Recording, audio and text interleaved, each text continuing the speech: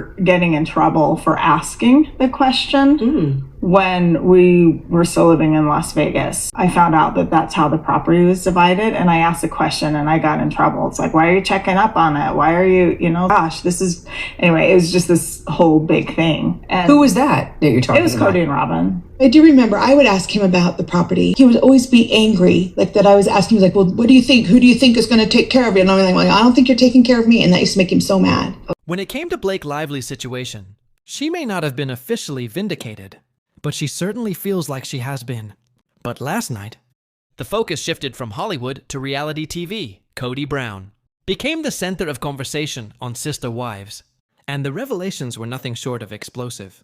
In a surprising twist, Janelle Brown, Kody's ex-wife, sat down with Suki and explained something rarely acknowledged on mainstream television: love bombing. Not only did she describe what it is, but she also laid out the entire cycle associated with narcissistic behavior. And then, without hesitation, she labeled Kody as a narcissist. Now, to be clear, Janelle was careful. She said she couldn't officially diagnose Kody as a narcissist. She's not a therapist. But she also admitted something crucial. She follows pop culture. She reads, she observes, and based on everything she knows, Kody checks all the boxes. Honestly, I don't know if Janelle has ever watched any of my content. Maybe she hasn't, but that's not the point. For years, many of us have been calling out Kody's narcissistic behavior, not out of spite, but in the hope that one day, one of the women would see it, understand it, and finally break free. And now it's happening. The lies Kody told in this last part of the tell-all, especially part 3, were jaw-dropping. I'm actually going to break it all down into several episodes this week. But this specific part, this is about the narcissism, about how Janelle finally connected the dots. It all began with a conversation about Coyote Pass and how Kody has consistently weaponized the women's own insecurities against them. He knows what matters most to them, and he uses it to cause pain. That's classic narcissist behavior. Janelle has finally realized this. Like when Kody accused her of being in charge of the family finances. Despite knowing it wasn't true, what's even more interesting is that years ago, I told you, Janelle had seen the books, she knew. She saw Kody and Robyn draining the family account. Christine backed that up. She said Janelle told her that Kody and Robyn were taking way more than their share. And every time anyone tried to confront them about money, Kody and Robyn would explode. So yes, I believe this. Every word. Because it lines up exactly with what we've been hearing and saying all along. One of the biggest reasons this family felt Just kind of inherently selfish. Like, we never knew what the other wives were getting money-wise. We just understood what we had, but Janelle saw it all. And Janelle doesn't say much, and she's very tight-lipped. But she's like, I saw where all the money was going. And how much money Kody took and how much money Robyn took was a lot more than you were taking. And it was more than anybody else was taking. I'm like, why is that fair? And then Kody would just decide to buy tons of, like, whatever assets that he would call assets, and he would just go spend family money on them. apart.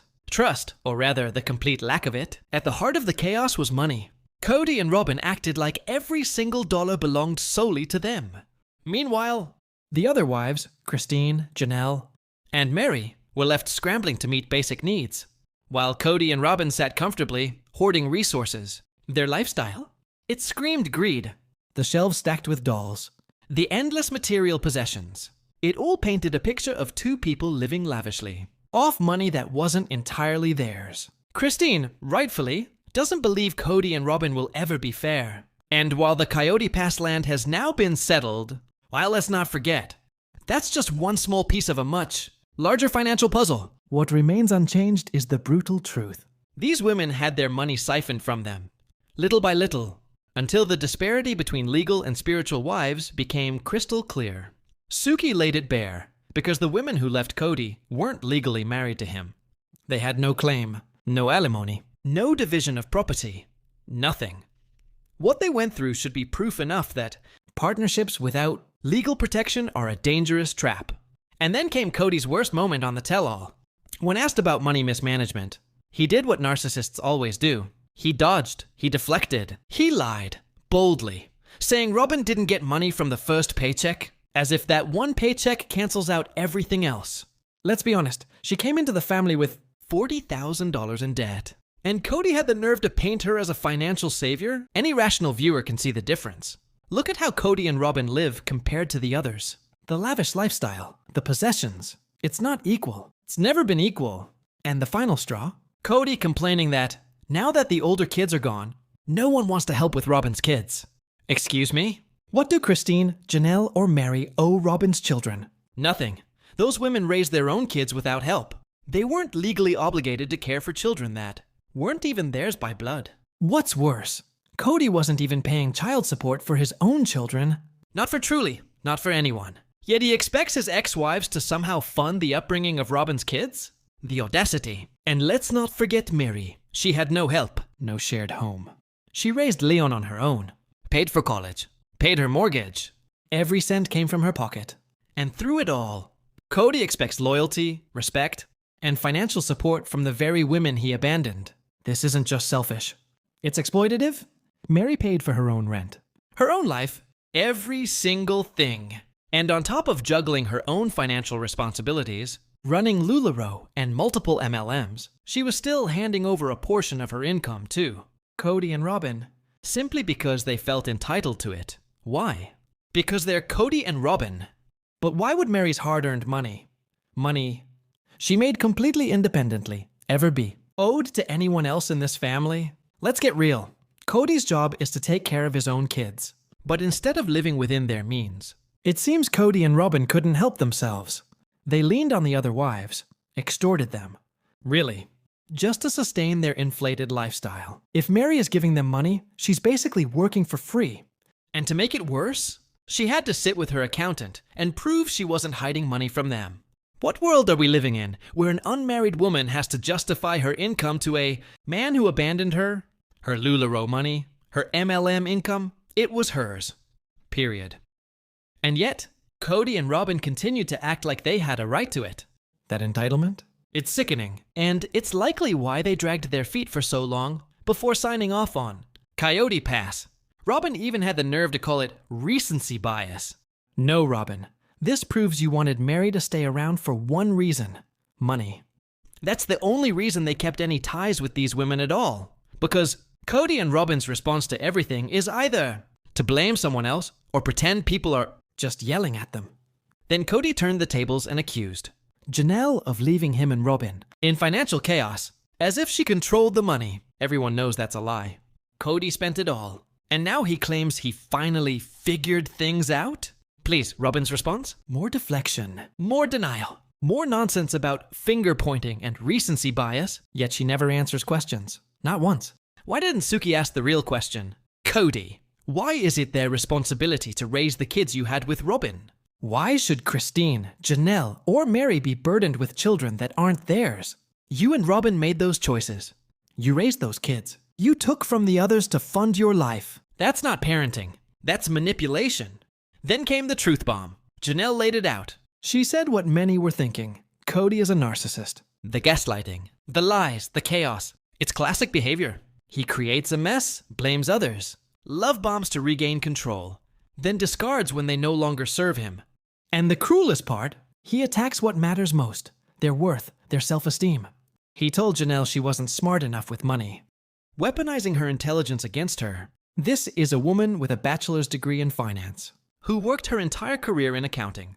She prides herself on being fiscally responsible. And Kody twisted that into a weakness. He's done the same to Christine. He'll never take responsibility for mocking her, saying he wasn't attracted to her. He'll never feel guilty for staying in a marriage, while belittling her behind closed doors. Remember when he said watching her eat nachos was the most disgusting thing he'd ever seen? Or when he called her chubby? He won't apologize for calling Mary cruel or scary. He devalues. He insults. He erodes their confidence. Because if he can destroy their self-worth, they'll feel too broken to leave. That's how he kept control. And Suki? She had so many chances to follow up. Whether it was poor editing or missed opportunities, so many of Kody's lies were left hanging. So many moments when the women deserved to be heard, never fully explored. This wasn't just a broken marriage. It was emotional warfare. And Kody Brown played general. And let's be honest, if any of this was pieced together properly, we would have seen Kody's blame game for what it really was. He said, Janelle left me without money, and they're not paying for our kids. Excuse me, Kody, your kids? Since when was that their job? And then there was that bizarre claim. Kody and Robyn got kicked out of the family, for showing PDA. We'll get to that nonsense later. But here's the real problem. There was no accountability. It feels like Suki, the host, just couldn't disconnect herself from the polished image that Kody and Robyn project in front of her. Meanwhile, she has 3 women, Mary, Janelle, and Christine, sitting right in front of her, sharing stories of emotional abuse, financial manipulation, betrayal, and control. And still somehow, she's trying to push reconciliation? If you had a friend like Suki, encouraging abused women to go back to their abuser, what would you call her? Let's say it together. That's a shitty friend. Yes, she's a host. Yes, she's doing her job. But when you skate over serious allegations, like Mary being forced to sit down and prove she wasn't stealing money, and you don't challenge it, that's not just bad journalism. That's a disservice to every woman watching. There's no counterpoint. No, wait, what? That's not normal. That's borderline illegal. No expert brought in. No financial advisor to confirm that this was exploitation. No trauma specialist to explain that these women were being emotionally trafficked. Instead, the abuser gets the platform. Again, side by side with the victims. And that's what breaks my heart. Even today, Kody and Robyn feel justified. Justified in stealing. Justified in demanding. Justified in expecting Mary, Janelle, and Christine to financially support their kids. Let me put it this way, I'm a parent. I have a son. The idea of expecting someone else, especially someone I mistreated, to pay for my child, that's not just entitled, that's delusional. Kody is living in a fantasy land, and this show, it's starting to feel like a propaganda piece. So now I want to hear from you. Were you shocked to hear Kody admit these things? Were you surprised by Robyn's constant denial and lack of accountability? Did Mary's confession break your heart? And how about Janelle finally calling out Kody as a narcissist? Was that the moment you've been waiting for? Let me know in the comments down below. Make sure to give this video a thumbs up. Don't forget to hit that subscribe button and turn on the bell so you never miss another deep dive like this one. Thanks so much for watching. Bye, guys.